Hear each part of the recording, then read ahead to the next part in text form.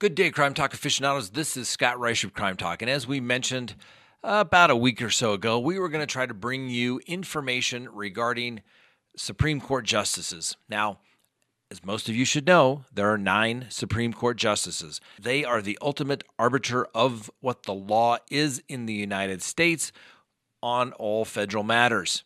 And the reason why we believe this is so important is if there is an issue affecting constitutional law, which criminal defense law is constitutional law. We're talking about an individual's 4th, 5th, 6th, 8th Amendment rights constantly on a daily basis.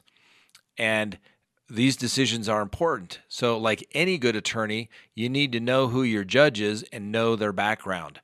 Well, these speeches that the justices give provide great insight as to how they think, and really it shows you how very smart they are, and it also provides you some guidance as to where they are coming from when they do their legal reasoning.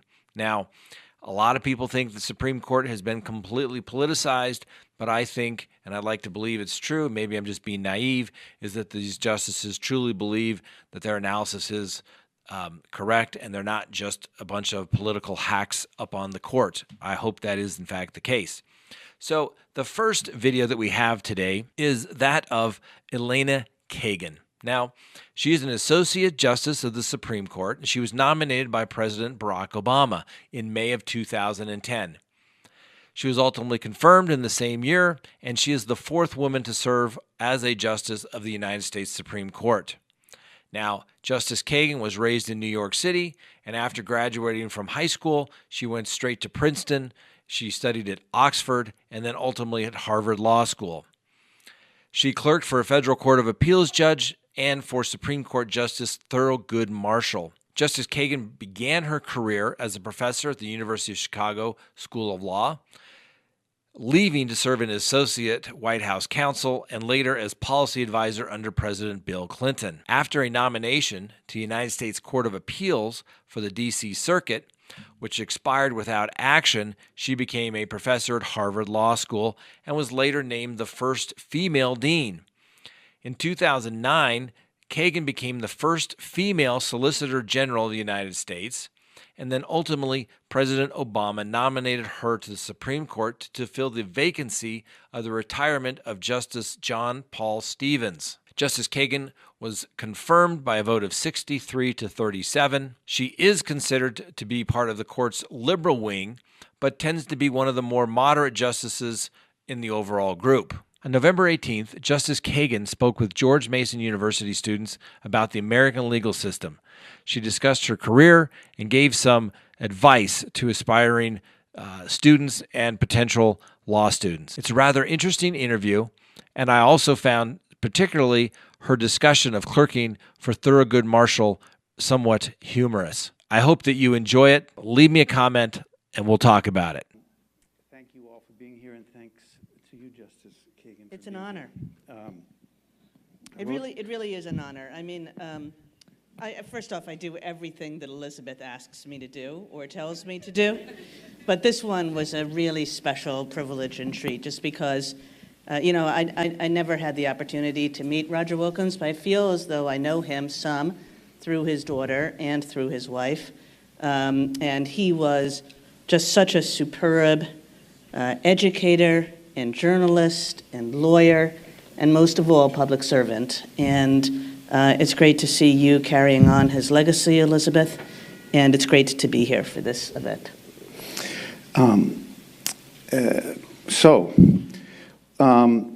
There are a lot of undergraduates here. There are some law students here. This is a very diverse campus, people from all sorts of countries, all walks of life, all classes, but they all have one thing in common. They are all a massive anxiety about their careers. So chill out. Chill out. So let's talk about careers, particularly yours. Harvard Law School, 2 clerkships, law professor, White House, dean, Solicitor General. Was there a grand plan? Did you plan that whole thing out? Yeah, it was all written down All when written I was down? about 20 or something. No, that's a joke. Come on. When you were in high school, you actually appeared in your high school yearbook wearing a gown and holding a gavel. Was that just coincidence? It was just coincidence. Yeah, a bunch of us had raided the costume closet of the drama department, and that's how I ended up. But I really had no idea I was going even to go to law school before, basically the year before I went to law school. And I guess my view of the way things have turned out is that most of it was serendipity and unplanned, and that people this age, college students, law students, they tend to plan too much. And the best advice you can give people is, planning some is good and important, but is really just to keep your eyes open to opportunities that just might pop up, because I think most of life happens that way. It's just things come about that you never would have expected, and the only thing that you have to know how to do is how to grab those opportunities when they do arise. And figure out the good ones from the not so good ones. You had some setbacks. At one point, you were nominated to the D.C. Circuit by President Clinton, and as sometimes happens, you didn't really get a hearing or a vote. At one point, you were a candidate to be president of Harvard. Tell us about how those disappointments. If you had got those jobs, you might not be sitting here today. So how should we think about those kinds of disappointments? Yeah, well, I mean, those are high-class disappointments, yeah, they I have to say. I also had some less high-class disappointments. I mean, the funny thing about these somebody looks at a resume and it has all these great jobs on it, and it doesn't have all the jobs you didn't get, right? So there were plenty of jobs I didn't get along the way that I thought I wanted. But I don't know, I think what I tended to discover, and the example that you gave about my D.C. Circuit judgeship is actually a pretty good example of that, is that, when a door closes someplace, a window opens, and that might be magical thinking, but it's happened to me often enough that I really believe it, and that sometimes the disappointments are really the best thing that's ever happened or could ever happen to you. And that was true, for example, of the judgeship. I was nominated to be a judge when I was 39, so I would have been very young. And I would have spent really my entire life on a court. And I love the work I do, but when I look back on it, I think, instead I had a decade where I did many other things, where I developed lots of different sorts of skills. Now I am a judge, so I get that too. So it was really a good thing, I think, that happened, that I had an opportunity to explore some things I never would have had a chance to. Had that come about in the way I thought I wanted. Can you convince yourself of that at the time, or is that hard to convince of yourself? It's probably hard to convince yourself of it at the time, but then something happens and you think, well, that worked out all right, Just, I think I went back to teach, and I love teaching. I've always loved it. And then just a few years after that, I had the opportunity to become dean of Harvard, and I learned so much in that role. I learned how to do so many things that I never would have, it requires you to be a person that I didn't really expect myself to be, and to develop all kinds of different skills. And it was a really very steep learning curve, which are the jobs that I like, or the jobs that require you to learn all kinds of new things. And it was a great decade that before I got to where I am now. Okay, so let's talk about the law. What did you learn about the law and about judging from Justice Marshall? And I should say that you were one of Justice Marshall's last clerks. Roger Wilkins was I think his first job out of law school was working for Thurgood Marshall before he was a justice. When he was at the Legal Defense Fund? So the line goes from Roger to, from Marshall to Roger to you to Elizabeth. But, and I hope beyond. So what did you learn from Justice Marshall about the law and about judging? Mostly what you learned from Justice Marshall was how people can advance justice. And I don't think anybody's ever done so much of it as he has. I mean, I view him as the greatest lawyer of the 20th century, in part because he did the most justice in his time. And in part because he was just a great lawyer. He was miraculously skilled at all kinds of different things. You don't see lawyers like this anymore. People who were great trial lawyers, people who were great appellate lawyers. He did criminal cases, he did civil cases, he did, one day he was arguing before the Supreme Court, and the next day he was on a train down to some small segregated town in the Deep South where, he was fighting to defend somebody, and for a lot of the cases he did were death penalty cases in front of all white juries where it was hard to win cases. And in everything he did, whether it was the big cases, the kind of Brown v. Board, developing that entire strategy, and whether it was the small cases, which was just, making sure that individual defendants, not so small, individual defendants got the justice they deserved. Everything he did was all about bringing justice to this country, and in particular to the African American community, but to the whole country. And he was a great storyteller. And he told stories about his life. You said I clerked for him in one of his last years, and I think by that point he was not in the best of health. I think he knew that he didn't have all that much time left, and he would look back sometimes on his life. So we would go into his chambers and we would do all the usual things that clerks and judges do, and we would talk about the cases.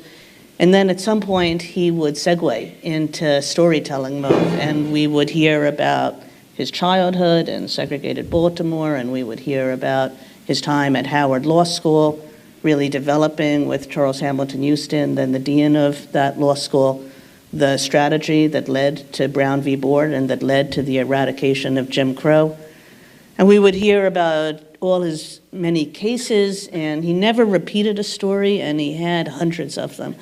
And it was a lesson in American history, and it was a lesson in American law, and it was a lesson, most of all, in how one person can do justice. And, nobody's ever going to be Thurgood Marshall. I'm never going to be Thurgood Marshall, and probably nobody in this room is ever going to be Thurgood Marshall, but still, you can take away lessons about your own life, about what makes something worthwhile, about the kind of goals that you ought to set for yourself, and about the kind of good that people can do. Is anything about judging or being a justice that you learned from him that perhaps now that you can see more clearly now that you are one? Well, there are different times, and we're different people, and I would never say that I'm the same kind of judge as he was. It's just different times, different circumstances, different personalities. But I suppose one thing that I really appreciated at the time was the way he treated his clerks. He was a taskmaster too. I say too because you can tell from Elizabeth's conversation that I'm kind of one. But he really, you never didn't know who was boss in that chambers. He had a couple of sayings that made you remember that. One was sometimes you would say to him, "Oh, well, you have to do this," in this kind of 26-year-old way. You have to vote this way, or you have to join this opinion, or something like that. And he would say, "There are only two things that I have to do: stay black and die."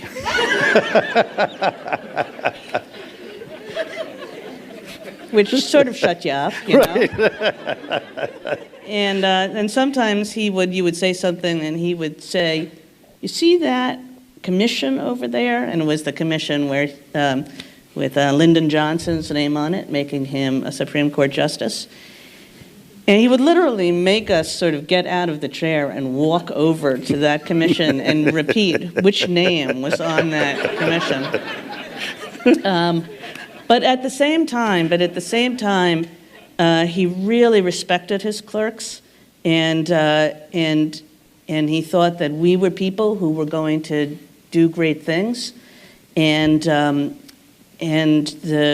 interaction that he had with all of us is something I think none of us will ever forget. And I don't have the stories that he has, and nobody should treat me the way people treated Thurgood Marshall. But I like to think of that when I talk to my own clerks. Marshall aside, is there some justice in history that's not on the court today, that's not Marshall, that is your model? And if so, why?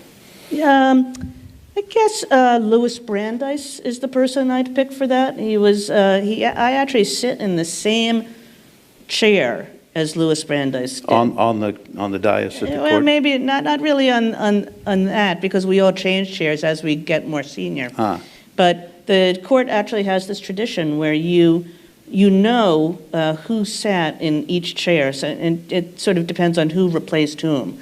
So for my seat, it's me, and then the justice I replaced, who is John Stevens, absolutely superb judge and man, who unfortunately passed away last year, but at the age of 99, so an unbelievable life.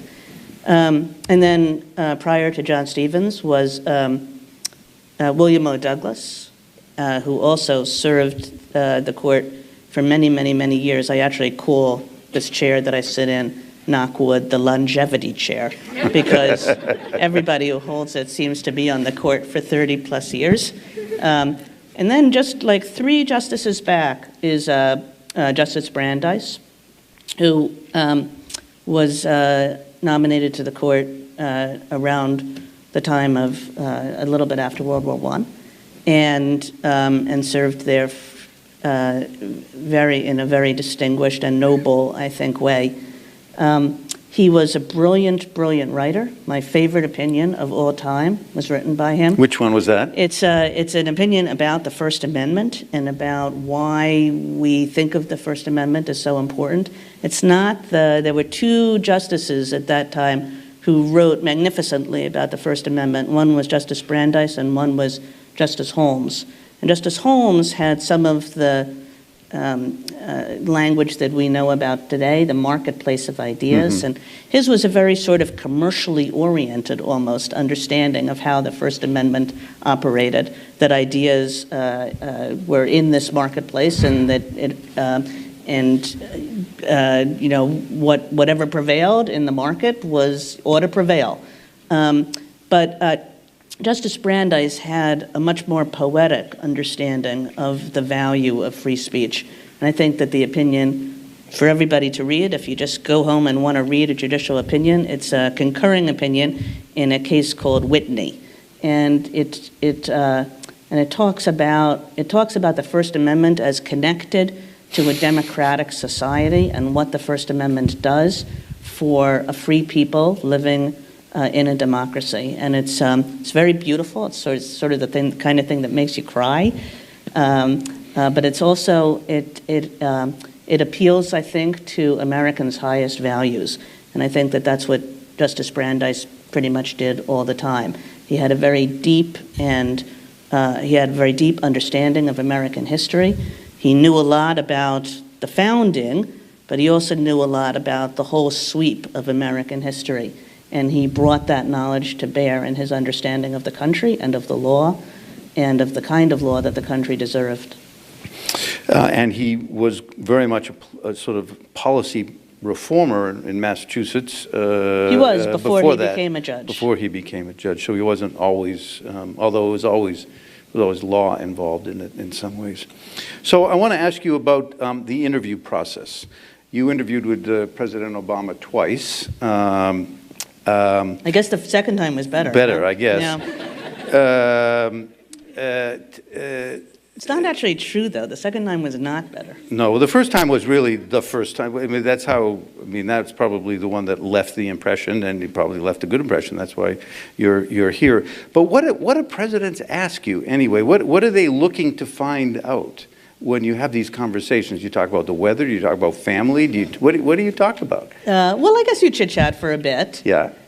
I did have these two interviews, and one was the vacancy where my colleague, Justice Sotomayor, eventually got the job. I had just started as the Solicitor General. I had been Solicitor General for maybe 3 months, and all of a sudden there was a vacancy because Justice Souter left, and I was put on the short list, and I think the President maybe interviewed 4 people, something like that.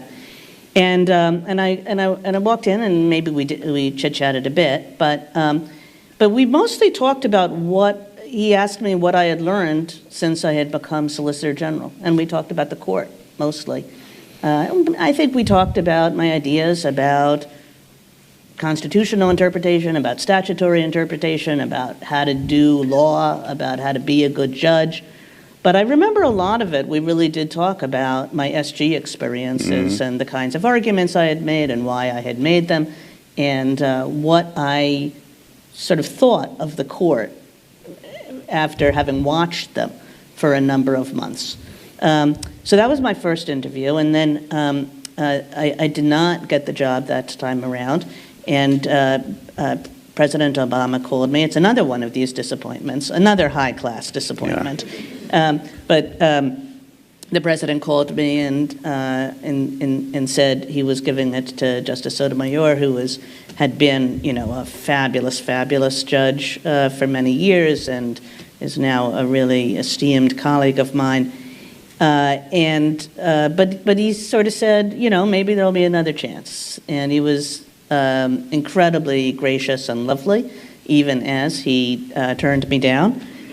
And then the next time I interviewed with him, which was a year later, when John Paul Stevens retired, was a crazy day at the White House. This is why I say the second one was not as good as the first. I walked in, and it was the day of the BP oil spill, if you remember that day. And the president really had other things on his mind, I think, than to interview me. And I walked in and sat down. It was pretty late because he had been, he had had meetings, and there was a real emergency. And finally, he made a little bit of time in his schedule to see me, and I walked in, and he said, I know you. We don't really have to do this, do you? And how did that feel? Well, it didn't feel all that great, okay. I knew that there were bigger fish to fry that day, but anyway, that ended up working out pretty well. And he called me, a few weeks later, and this time he offered me the job, and he remembered that he had, this was a far better conversation than the last. When you go to see the senators, as you do when you get nominated, and you have to go see, or try to see, I guess, all 100 as a courtesy matter, they profess to care a lot about things like abortion and guns and stuff. So do they, when you go in, do they say, okay, well, what are you going to do about the Second Amendment? Or what are you going to do about abortion? Do they just come right out and ask you how you're going to rule, or is that not what? Or how do they get at that indirectly if they don't ask it directly? Yeah, well, a few do that, but they don't really get anything. So because there are these rules, right? Where you're just not going to tell them how you're going to decide the case that they really want to know how you're going to decide. So they figure out ways to ask about a subject they care about, maybe that are not quite so direct. So you mentioned guns. This was, I would think that of any subject, that was the one that the greatest number of senators asked me about, more than abortion, more than religion, more than any number of hot button issues. And both Republicans and Democrats, that the various important Second Amendment decisions, Heller and then McDonald, were pretty recent. McDonald had just been the year before. And many senators have constituents who care very much about this issue. And my resume does not scream like, yeah, you know, yeah, you know. Yeah. East side of New York, or is it west side? Yeah, exactly. Yeah, okay. So here's what a lot of them did. What a lot of them did. I know I can't talk to you about these cases, but I want to know, you know, do you understand this issue? Have you ever hunted? So no. You know, do you know anybody? Do you see anybody in your family hunt? No. Do you know anybody who hunts? No. It's like, have you ever seen a gun? You know? No. So I was pretty pathetic at all these questions, and I was feeling pretty bad about being quite so pathetic because, first off, I mean, it's totally right and proper that senators should ask about these things. A lot of them do have constituents who care very deeply about this issue and want to know that a judge is going to at least understand their concerns, however the judge rules. So I'm sitting there one day with a senator. He's a senator from Idaho, so I won't say his name, but there are only two, you know. And he has a ranch out there, and he's a great hunter himself. And he was asking me these kinds of questions, you know, about hunting and how important this was to many of the people who lived in his state, and could he tell them anything about my understanding of this issue. And I said to him, it was late in the day, I was feeling a little punchy, and I said, you know, Senator, I've not had the opportunity to have these experiences. This is not what we did on the west side of Manhattan. But I understand why you're asking me about this, and if you would like to take me hunting, I would be really happy to go. That's pretty good. Yeah, well, I would say that this look of abject horror, you know, passed over his face. And the White House aide who was accompanying me on all these is sort of, you know, just holding her head in her hands. Yeah. And I realized, okay, I probably a little too far, stepped too far. So I tried to reel it back, and I said, Senator, I didn't really mean to invite myself hunting with you.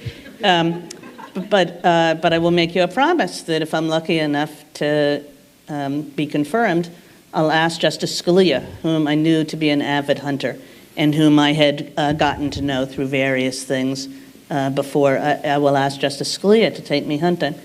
And when I got on the court, I told this story to Justice Scalia, who thought it was hilarious, and like immediately scheduled the date for when he took me to his gun club, and he taught me how to shoot, and he taught me about gun safety, and then Justice Scalia and I would go hunting 2 or 3 times a year till he died. Birds or deer? As almost all birds, you know, quail and pheasant.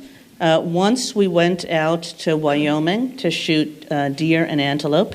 We each shot a deer, but neither of us shot an antelope. And once we went down to Mississippi for duck hunting. But it was mostly birds. So this process of confirmation... Didn't expect me to have hunting stories, did you? No. Or me. Turned out I quite liked it, you know. Did you? Yeah, absolutely. I wouldn't have kept going back if I had any. He wouldn't have minded if I had said, okay, I tried that once. Like, you know, I took care of that promise. Is there some amount of drinking that goes along with the hunting? No. People are very serious, and you have to be very serious about gun safety. I mean, yeah. So only afterwards. All right. So this process of confirmation has gotten, shall we say, a little politicized and polarized. Do you see how we can back out of that? I mean, sort of, you know, one polarized confirmation leads to another and another. It's a sort of like, you know, it's sort of like Hatfields and McCoys at this point. And by the time you were nominated, there were 37 senators who voted against you. And that seems extraordinary. I mean, Why do you know that and I don't know that? Because I looked it up. Okay.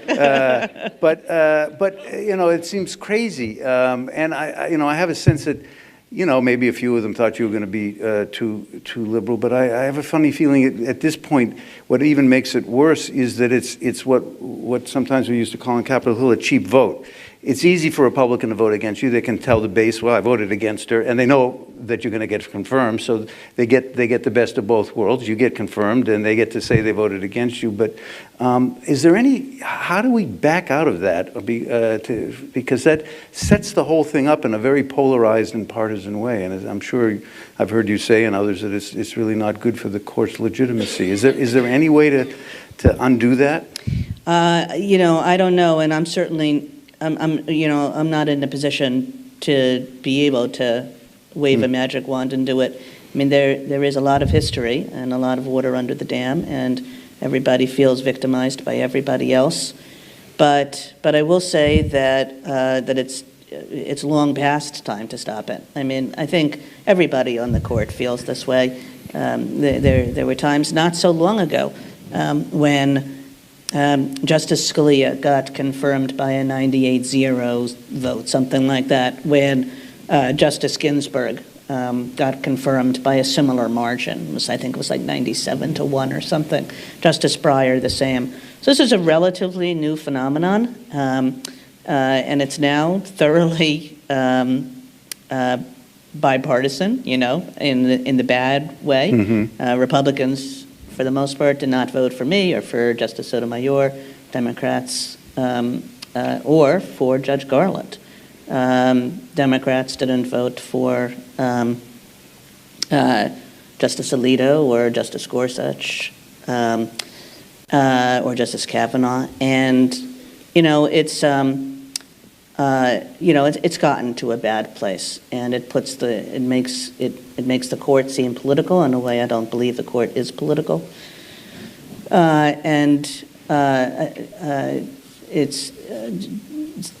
somehow people have to get back to where they were.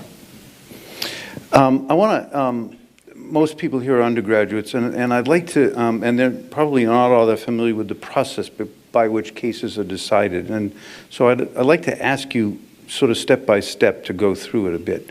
So the first step for a case is that the Supreme Court has to decide to take it. It doesn't have to take, they get 6,000 petitions, and you choose roughly these days about 80 a year.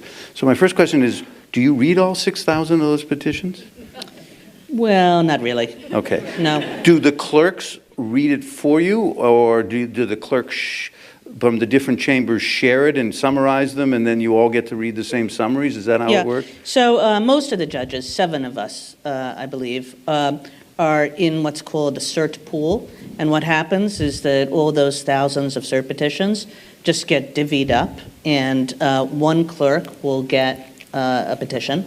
And so each petition is read front to back by, at the very least, one person. Mm-hmm. And the clerk will write up a memo. This is what happens in the cert pool. The couple of justices who do it outside the cert pool do it differently. But the clerk will write up a memo. And then in my chambers, that also goes to one of my clerks. And my clerk will take a look at the memo and will annotate it. We'll say, I agree with this, or we'll say, I don't agree with this for the following reasons. And then, so the justices get these memos for every case, and I'll read the ones that I think are serious.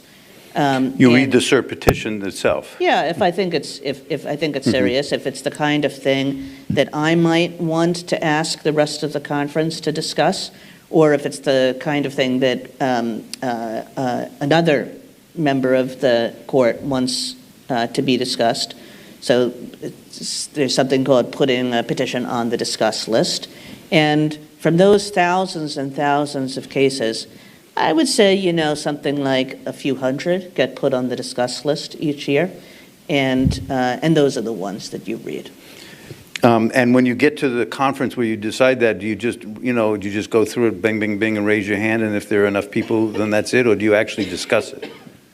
Well, The cert petitions, it varies, but I would say that there's a fair bit of discussion on most of it, and the Chief Justice will always start. This is the way we do everything, whether we talk about cert petitions or whether we talk about the cases that are being argued before us. The Chief Justice always starts and says how he's going to vote on something, and then it goes around the table in seniority order. I guess on the cert petitions, it's a little bit different because the person who put it on the discuss list, which is often the Chief Justice, will start. But sometimes, let's say if I put something on the discuss list, I'll start the conversation, and then it will go to the Chief Justice, and it will go around the table. And there's a rule that nobody can talk once. Nobody can talk twice before everybody's talked once. And this is a good rule, especially if you're a relatively junior justice, because it takes a while to get to you, and it's better if people, but then after each one of us has spoken, then we often engage in more back and forth to try to figure out whether it's the kind of case we should take. Or similarly, for argued cases. And what's the criteria for taking a case? Well, a big criterion is just whether different courts in the country have divided on an issue. So sometimes you look at the Supreme Court's docket and you think, it's not all that important. Why did they take this case? And by itself, maybe the issue isn't all that important, but one of the principles of our legal system is that when it comes to federal law, and this is different for state law or local law, but when it comes to federal law, that everybody should have the same law apply to them. And so you don't want a situation where there's some court in one part of the country that interprets or applies federal law differently from a court in another part of the country, and then two different people are being subject to really two different kinds of federal law just based on where they live. So the court solves those divisions. We call it, we take it because there's a split in the circuits, meaning the U.S. Courts of Appeals. And a lot of what the courts does is really just do that, is make sure that there's uniformity in the way that federal law is interpreted and that federal law is applied. But then there are also cases that we take, just because they're important. Anytime a lower court invalidates, for example, a federal statute on constitutional grounds, we take that case just because we think if there's something that Congress has done that's getting invalidated by a court, it should be us. It should be the top court. And sometimes we'll take cases just because we know we're going to have to deal with them at some point. It's just the kind of case that affects too many people for the Supreme Court not to resolve a question about it, and so we'll do it sort of. Do you ever not take a case because it's too hot to handle politically? Not in that sense. I mean, I think that there are sometimes prudential reasons for saying, let's not take this now. We've just handled several cases on the same subject. We should see how that plays out. But I don't think there are very often or times where it's just like, oh my God, we're scared of doing this. If it's the kind of legal question that is the sort of legal question that we should resolve, then we do it. Sometimes there's groups of justices that want to revisit an earlier precedent, maybe change it a little bit. They're looking for an opportunity to take a case. Do you defer to them saying, well, if they want to take it, we'll talk about it, or do you, if you don't think the outcome's going to be to your liking, do you say, I think I'll vote against this one on cert? Well, I don't think that there's a lot of deference in general. I think each of us make our own independent decisions about what kind of cases we should take, and then about how we should decide them. Certainly, if there's a case that where somebody says, I want to go back and overrule something, there are lots of good reasons not to do that, and you might think, that's might be what he wants to do, but it's not what I want to do. Okay. So, however you think it will come out, well or poorly, that would be a reason for not going along. Okay. So you get to this thing called oral arguments, and before oral arguments, you you and your clerks read all the filings in the case. One of the other, there can be many filings and many amicus. You don't read all those amicus briefs, do you? I don't, yes, at least one of my colleagues does.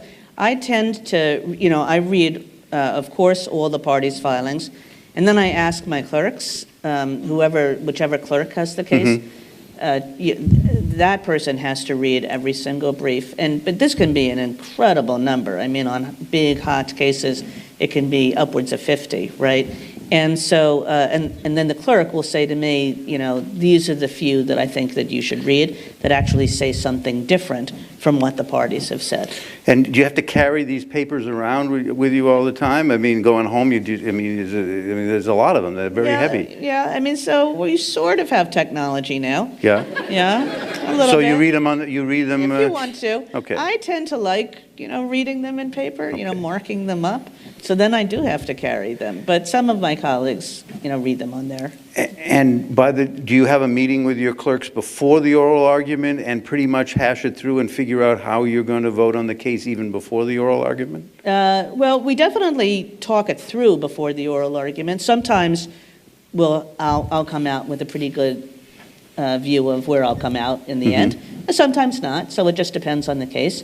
But one of the most fun parts of the job for me, and I hope for my clerks, is we all sit around, the five of us, for each case, and just go through all the arguments. And I like them to disagree with each other, and I almost, if they're all too like, oh, I agree with what, then I kind of. It makes me play devil's advocate myself, or sometimes I assign devil's advocates. I make it clear that I'm unhappy with all this agreement, because I like hearing different arguments and trying to figure out which are the ones that sound best. So then you come into oral argument.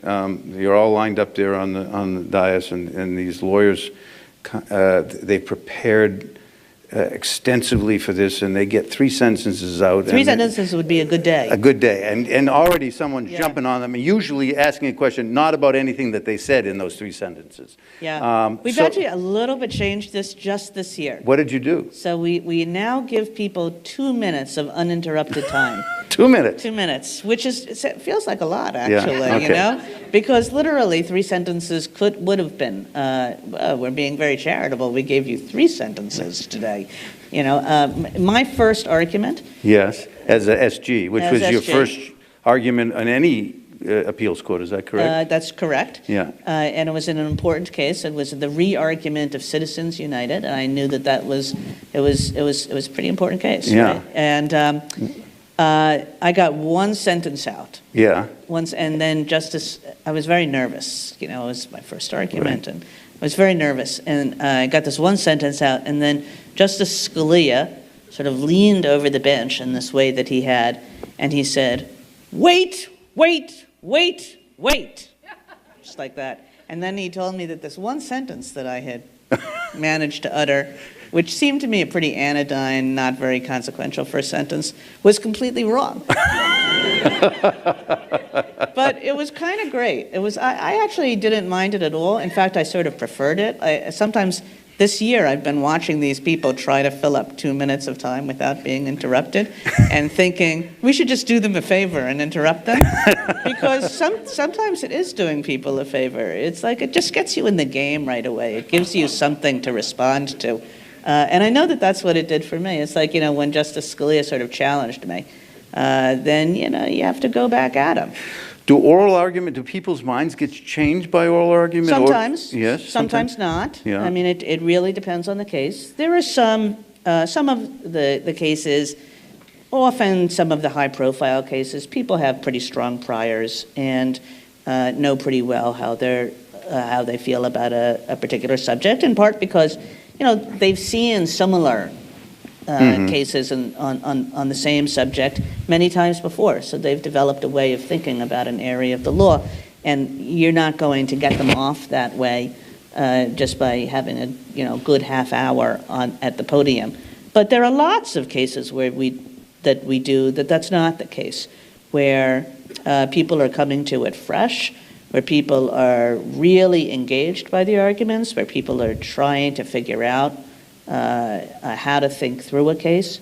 A large part of what we do at Argument 2 is talk with each other. You know, there's the lawyer, and the lawyer's awfully important, and sometimes the lawyer says things that make you think about the case in a different way. But so too, sometimes your colleagues say things that make you think about the case in a different way. And a big part of what we do at Argument is basically have our first conversation together about a case, which we don't meet about cases before Argument, so it really is our first opportunity.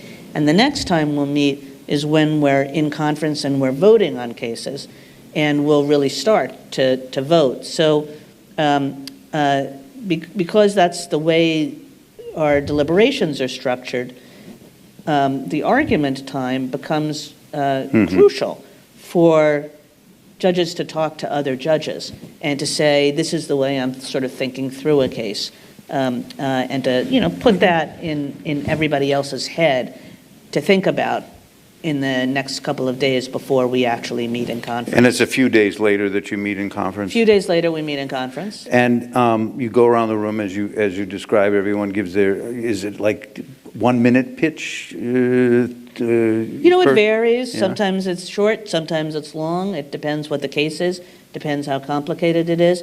It depends if other justices have said things before you. Then you respond to them. Either you respond, if you agree with them, you just say, I agree with what Right. Justice XYZ said. You don't have to hear it again from me. But often you respond to them, right? It's like, I want to make 3 points, but I also want to respond to a bunch of other things that have been said around the table. Does the discussion ever change anyone's vote? Yeah, for sure. And again, it depends on the case, but not unfrequently. Somebody says, I came in thinking this, but something that another justice said is making me rethink it, and I'm open to continuing to think about it. I'm open to being persuaded.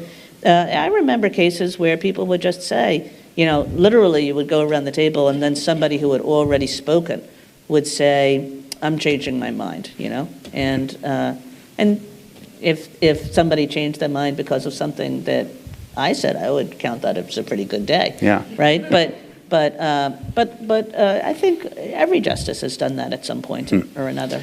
So then there's two sides, in a sense, after you vote. Want to do something, some group of people want to do something and the others don't. And the senior justice of each side gets to assign who writes it. So do you ever go up to people ahead of time and say, Ruth, I'd really like to write this one? Do people do that? Well, I don't do it. Okay. Yeah, so Does anyone I just else? take what people give me. Okay. I think that's kind of the role of a relatively junior justice.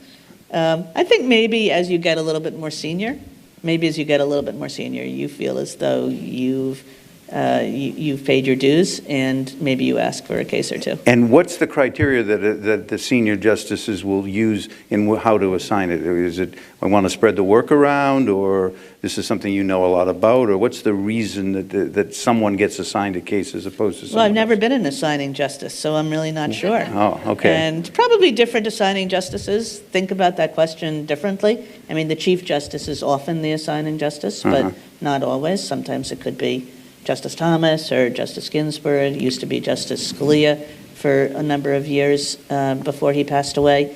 And I think, who will do a good job on this, but we don't have different subject matter areas. It's not like, this Justice Alito specializes in this area and Justice Kagan specializes in that area. We don't do that. We all write about everything. So it's sometimes a complicated process. You've heard, let's say, 10 or 12 cases, and people are all over the map on them, and you have to figure out everybody by the end of the year, and even in each sitting, gets an even number of assignments. So you have to figure out, how do you parcel out all these cases, given that people are on all different sides, and sometimes it's pretty complicated. So you get assigned to write an opinion. Do you, in your case, do you take the first cut at writing the first draft? Do you let the clerks do the first draft? Do you split it up and say, I'll do the first half, you do the facts, I'll do the others analysis? How do you divide the work? The way I do it is my clerks do a first draft, and then I put it on one computer screen, and then I open up a new page on another computer screen, and I start writing. And I use the draft as a launching pad for my own thoughts. I use it as a collection of good ideas, a collection of citations. But I write sort of from start to finish my own draft. Mm-hmm. And I do that because, that's the only way I can think through a case, even if I have a very good draft and if I'm intently editing. There's just no way I understand the case as well as if I just write through it by myself. And I do that because I want every opinion to sound like me. And I have lots of great clerks and lots of great writers, but they sound like themselves. They don't really sound like me. And I want every opinion to sort of sound the same. So I do that, and then I give it back to the clerk who originally gave me the draft, and that clerk will edit it, and we'll go through a round of edits, and then I'll give it to my other clerks, and we'll go through a round of edits, pretty serious edits. And this is before you circulate it to the other people who are on your side, or circulate to everybody, actually. Right, this is before I circulate at all. And then once you circulate it to the other judges, do they send you memos back? Do they call you on the phone? Do they come by the office and say, Elena, that fourth paragraph, I can't live with that? How do they? Sometimes they love every word. Yeah. But when they don't, usually it's we're memo writers. Sometimes we talk, sometimes we get on the phone, sometimes we go down to somebody's office. But for the most part, the rule is that if I have something to say to another justice, it should be said in a way that every other justice on the court can also see. So that there's a kind of transparency in writing memos rather than just having a private conversation. Some private conversations are had. It's not like there's any strict rule against it. But for the most part, we write memos to each other saying, I don't like this part of the opinion. Could you change that part of the opinion? Could you knock out this, add that sort of thing. And a lot of that goes on. If you write a dissent, do you wait to read the majority opinion before you start to write the dissent, or do you start right off? I almost always wait, yeah. Okay. So then you announce your decisions at the beginning of a session, and sometimes you read from the bench. When you think, how do you decide which of your opinions or your dissents that you're going to read from the bench in particular? Well, I've only done it 3 times in 9 years, and I think that that's pretty typical. I think most judges go through a year and never do it, read a dissent. The times you would do it is if you think the dissent is really of great importance to the law, to the country. So I did it. I've done it 3 times. Once my first year, which was in a campaign finance case. It was a statute out in Arizona that the court struck down as being a violation of the First Amendment, a kind of public financing scheme that I thought was perfectly appropriate and consistent with the First Amendment. The second time I did a couple of years ago on a case which dealt with the way, with whether schemes by which employees contributed to labor unions, even if they were not members of those unions, were a violation of those employees' free speech rights. I thought that they were not, and I thought it was a case in which the court overruled a very well-established precedent, and I thought unjustifiably so. And so I read from the bench on that. And then last year, I read from the bench on a gerrymandering case where the court decided, I thought quite wrongly, that courts couldn't get involved in reviewing even the most extreme gerrymanders, places where you could vote 51%, Republican, and the Republicans would end up with 2 of 11 seats, or ditto for Democrats. And the court said that that it didn't have the tools to invalidate those schemes, even though it was, even by the court's own admission, depriving people of an equal right to vote. And I thought that was a bad decision, and I read from the bench on that one. And so the criteria is when you want to do what? Call attention to something, or when you think that the majority is particularly out of Yeah, I think that there are lots of dissents where you dissent, you think the opinion is wrong, but there are 2 ways of seeing something, and sometimes it's more important to decide something than to decide it right. And, you think you ought to dissent in order to give the so that the parties know that it wasn't a slam dunk decision. There really were 2 ways of thinking about the case. But after the case is over, you don't think about it anymore. It's just like, okay, that's what the court decided. You go about your business. But I think that there are some dissents, and they're, not even 1 a year, as you can say. I just, 3 in 9 years. Where you think there's something that's gone badly wrong, where you really, and where you think that that it's a decision of real moment to the American people. And who are you talking to? Partly you're just you're saying to the American public, I think that something bad has gone badly wrong here. Sometimes the American public actually can do something about it. I mean, you think about the gerrymandering case. Within months, there were state courts that decided to invalidate extreme gerrymanders. There are people all over the country who are trying to put into place election systems that are not subject to extreme gerrymanders. So sometimes there are people who can actually change matters on the ground. Sometimes you're maybe just writing to history. Those First Amendment cases that I talked about at the beginning of this, where Holmes and Brandeis really set the foundations of First Amendment law in our country, so that 100 years later, we still believe what they told us about the importance of free expression in America. Those cases started as dissents, and it wasn't until decades later that they became the sort of seminal tracts. Is it more fun to write dissents, actually? Well, yes and no. I mean, it's not good to lose. No, all right. And it's especially not good to lose if you think that it's a matter of significance. Right. But yes, as a writing kind of, yes, it's a lot more fun to write dissents. So and dissents are a lot more fun to read. I mean, it turns out that people's writing gets more vivid, it gets more colorful, there's more personality in separate opinions than there can be when you're writing for an institution. The Supreme Court says, as opposed to, boy, the Supreme Court said this, and let me tell you why it's completely wrong, right? So I just I wrote a foreword for a book that's coming out about it's a good thing to I've talked about Justice Scalia a bunch here. George Mason with the Scalia Law School.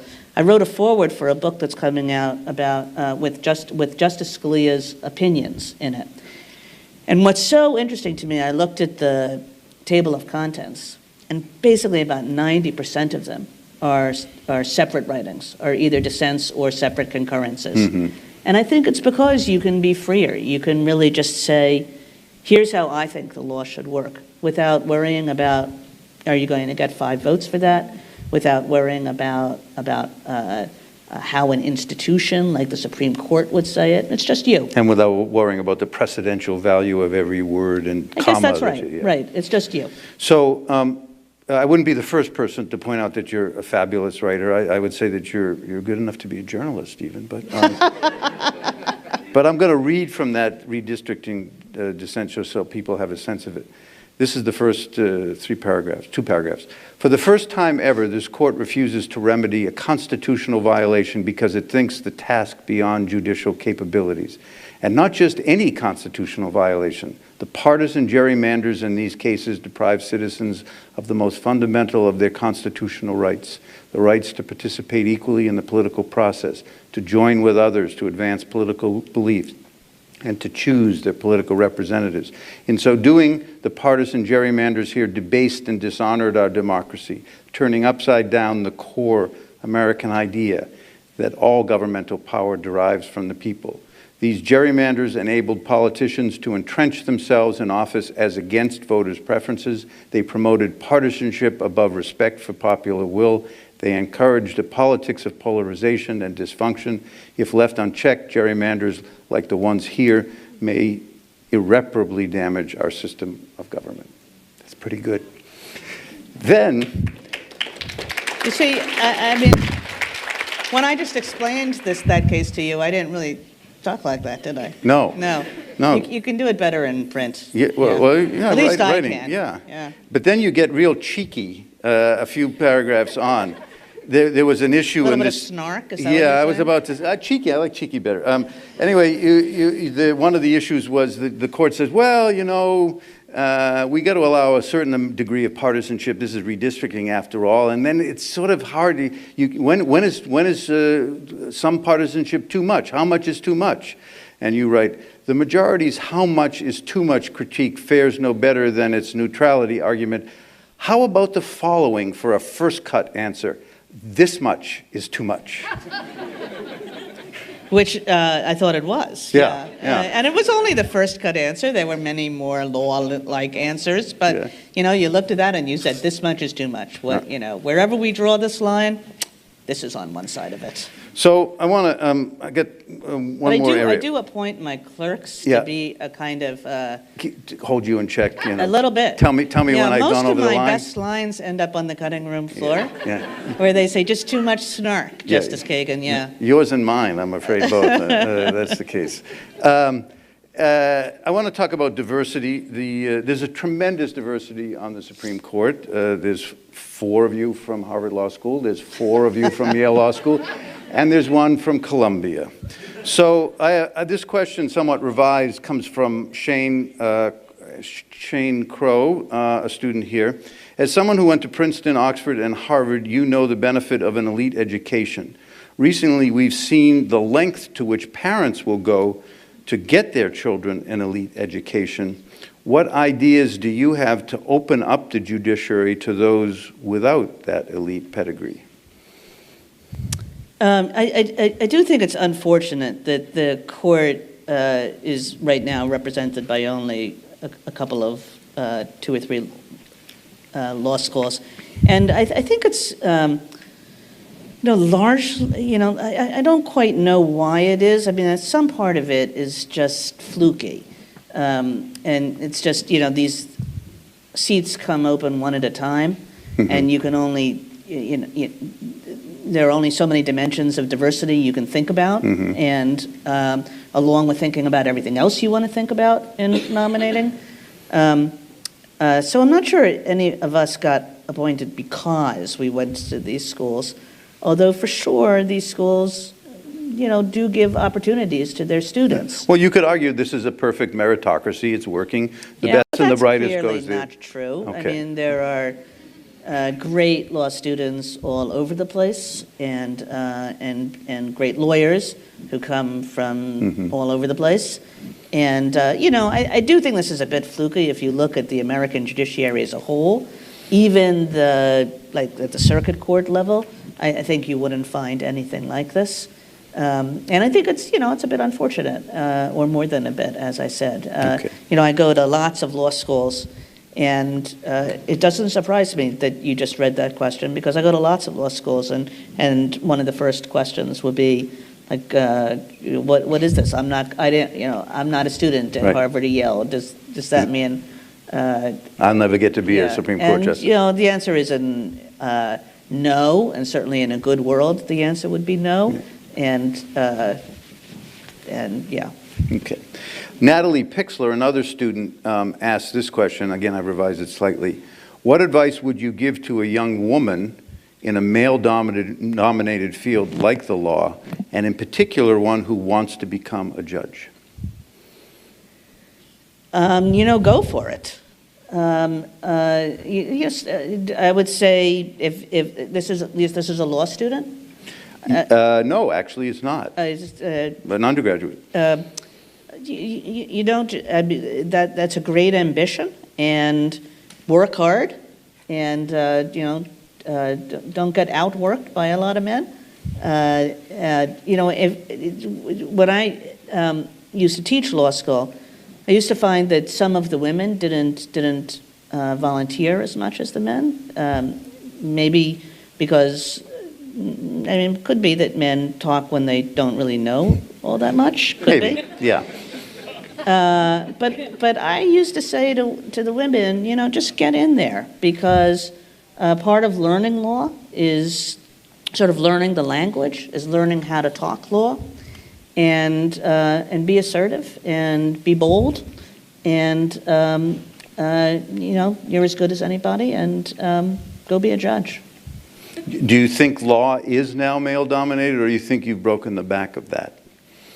Well, I think we're, in a ton better place than we used to be. I mean, you can even see this on the court. There have been 4 women justices, and 2 were of one generation, and 2 were of another generation, right? So Justice O'Connor and Justice Ginsburg were the real pioneers. And when they got out of law school, nobody would hire them. A law firm wouldn't touch them. They couldn't get clerkship jobs. They sort of had to construct careers out of nothing because nobody wanted women at the time. And then 25 years later was around the time where Justice Sotomayor and I got out of law school, and at that point 40% of a law school class was women. Now it's over 50 usually, and you could get all the same jobs, whether it was to be a clerk or to go to a firm. But there is still, I think, the main obstacle for women in law these days is women are still often the people who look after children, not always, but often, and constructing a career where you can do all the high-powered legal things and also have the time you want to have family, is, I think, the great challenge, and why, even now, law firms don't have enough women partners, why, if you look at the CEO ranks of businesses, you'll find lots of men who were law school trained, but not all that many women who were. So that's got to change. We're almost out of time. In fact, we sort of are out of time, but I'm going to ask you just two final questions. Make them good. Okay, well, they're easy. The worst part of the job and the best part of the job. Well, the best part of the job, I'll switch the answer. Okay. The best part of this is an amazing job.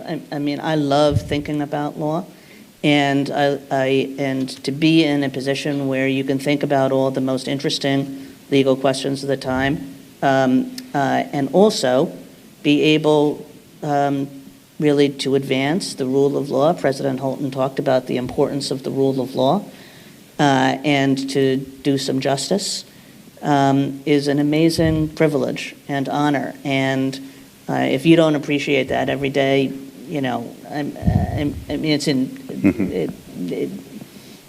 that's the best part of the job, is to be able to make a difference, and also to think about these fascinating legal questions. The worst part of the job is when it doesn't go your way. The worst part of the job is when you lose some of the cases that you think are really important, and where you think the court has just made a difference, but made not a good difference. And sometimes I come back from conference and I want to ram my fist through a wall. But I think we all feel that at times. Every single one of us. And you have to understand that you're not going to win them all. And we're 9 people with different views of the law, and sometimes my views will prevail, and sometimes they won't. But I think that that's probably the worst part of the job. Do you despair that, I hate to say this, but that your side will be losing more in the coming years before you have a chance to win more? Are you despairing of the direction of the court? I do not despair of the court. I think that the court is a great institution. I think I have an unbelievable amount of respect for my colleagues, and I think even when I lose, I know that everybody on the court is operating in good faith and trying to do the best they can in handling really hard legal questions. But I also don't despair about it's not just like I'm going to lose all the time, but I'll feel maybe I will and maybe I won't. I think nobody knows what the next case brings, let alone what the next year brings, let alone what the next decade brings. And I think if you look at the court as an institution over time, the court has done very well by the American people, and I have a lot of faith in the institution and in the people who make it up, and I'm convinced that it will continue to do so. Well, let's thank Justice Kagan for being with us.